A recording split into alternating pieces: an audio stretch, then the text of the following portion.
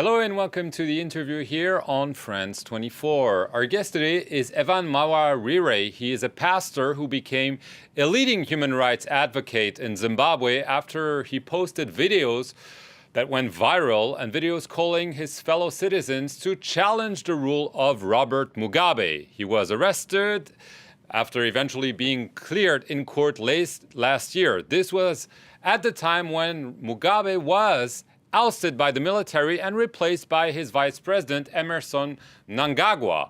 The new president has promised free and fair elections that should be held by August of this year, and he also said that the human rights abuses of the past would be thoroughly examined. Mr. Mawarire, are you hopeful that the end of the Mugabe era will bring back democracy and the rule of law to your country, or are you still concerned that those who've replaced Robert Mugabe are pretty much close to him and similar to him?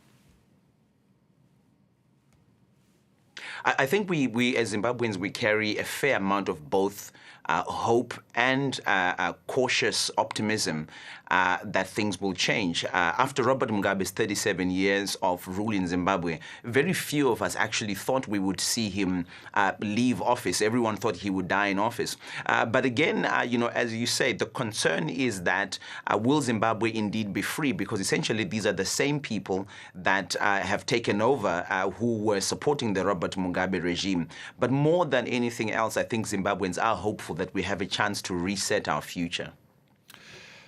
Obviously, Robert Mugabe was ousted by the military, so it's the definition of a coup d'etat. Some are saying actually it was a good coup d'etat because it forced him to leave power. Do you share that view, or do you think it's still a coup d'etat and it's something that shouldn't be happening?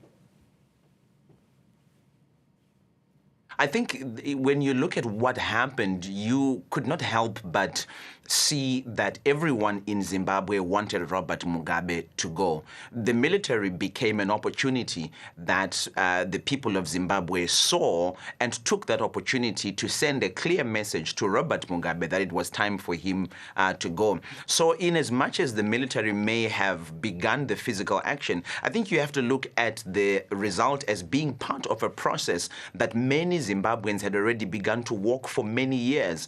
And when Zimbabweans poured out in their hundreds of thousands on the street for Robert Mugabe to go, it was a moment in which everyone wanted a brand new future, for the country. So I think in as much as the military action was involved, this was also very much a people-driven process, a people-driven activity and exercise. And I think as Zimbabweans who took part are excited that they did and glad that they did and do not have any regrets about it. But he is replaced by Emmerson Mnangagwa, who was a pillar of the regime, who actually probably acted this way because he had been fired from the vice presidency by Robert Mugabe. I mean, do you really trust the new leader of Zimbabwe when he says, I'll hold free and fair elections, I'll bring back democracy, and I'll investigate past human rights abuses?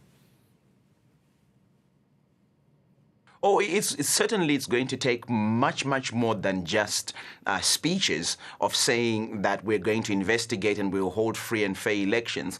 37 years of abuse cannot be corrected in one speech or even in one election. This is a process. Zimbabweans want to see a change in the system, in the way Zimbabwe is governed.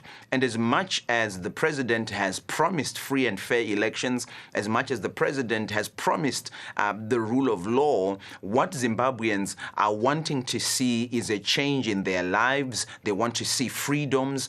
And I think a lot of it goes back to seeing structural change in actual policy or in actual the law. The president has to do much more than just promise. And it's, again, like I say, it's going to take more than one election, as the elections are coming up. This is going to be a process. We want to see a change in the way things are done in Zimbabwe. He is, as well as some stalwarts of the ruling party, the ZANU-PF, still under U.S. sanctions, and it seems Washington wants to wait for the elections before lifting them. Do you agree that it's a good move to keep him under sanctions as a way to say, we trust, but we want to verify? I think it's a good thing to keep the entire system under scrutiny. These are people that for the last 37 or more years have helped a regime to stay intact. And so I think that the spotlight must remain on the entire administration. The human rights abuses of the past have got to be referred to so that these things don't happen again going forward. So I think that indeed the world should not be in a rush to say, well, all is forgiven, all is okay. There have to be more than just, and again I'll go back, it's more than just speeches that's needed to guarantee that Zimbabweans will be free. And this is such an important aspect of what Zimbabweans have been looking for. It's not just economic freedom or economic prosperity, but it's freedoms, the rights that our constitution guarantees us. Those must not be suppressed. And so far, the government hasn't moved convincingly to make sure that the freedoms of Zimbabweans are guaranteed going forward into the future. In terms of past human rights abuses, the president has promised to revive a National Peace and Reconciliation Commission, and really a time that needs to be investigated, would seem from a human rights standpoint, is the massacres of the 1980s in the Matabeleland region against the opposition. Do you think that will happen? Because, again, the new president himself might have played a role in this dark chapter of Zimbabwean history.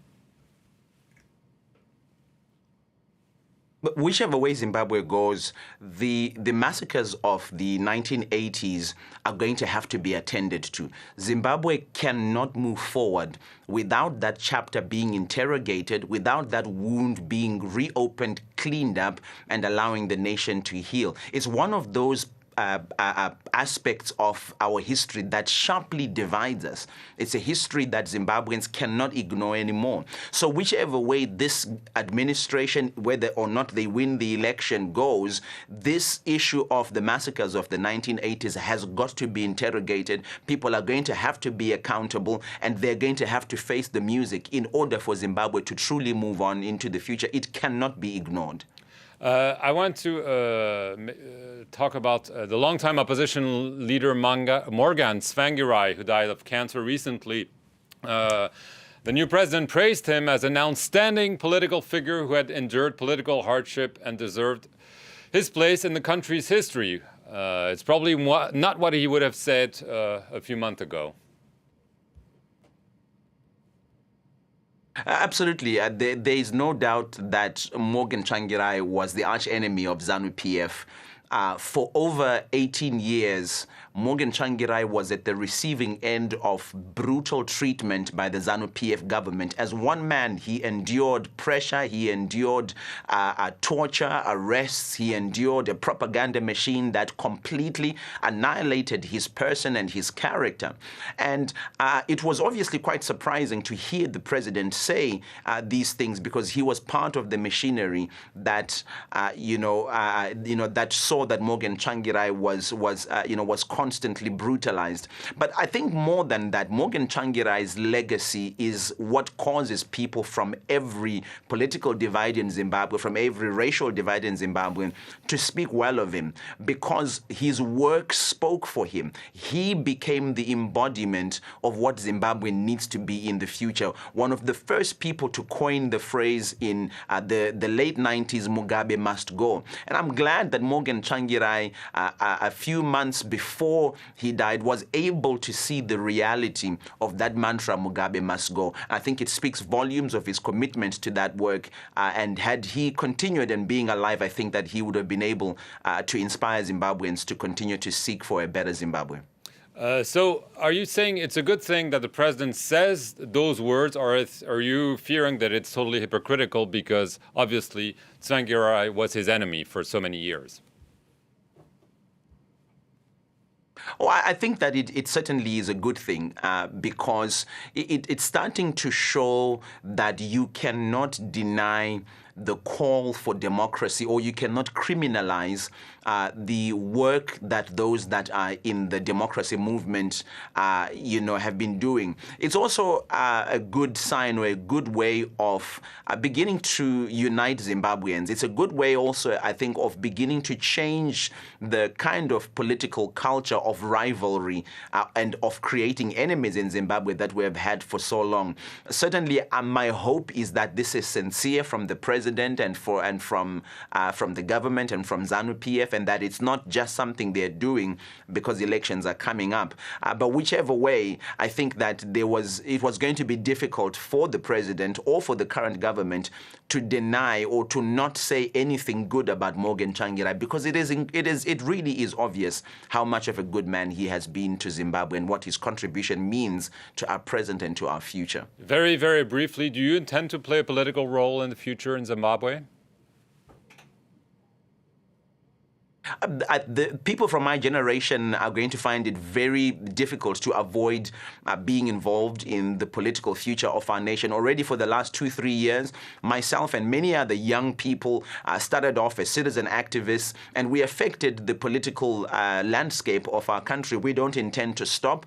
Many of us are beginning to consider running for public office. Many of us are continuing in activism and making sure that Zimbabwe has a voice. It's part of what Morgan Tsvangirai started, and many other people in the democracy movement. So I think it's only natural for us at this very point in time to join into the political activity and try and push Zimbabwe in a different trajectory. So you don't rule it out, obviously. Thank you very much, Mr. Mawarire. Absolutely not.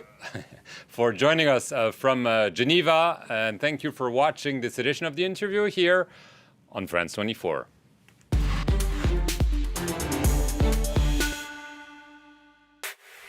Here at France 24, we're taking a broad outlook by talking about the women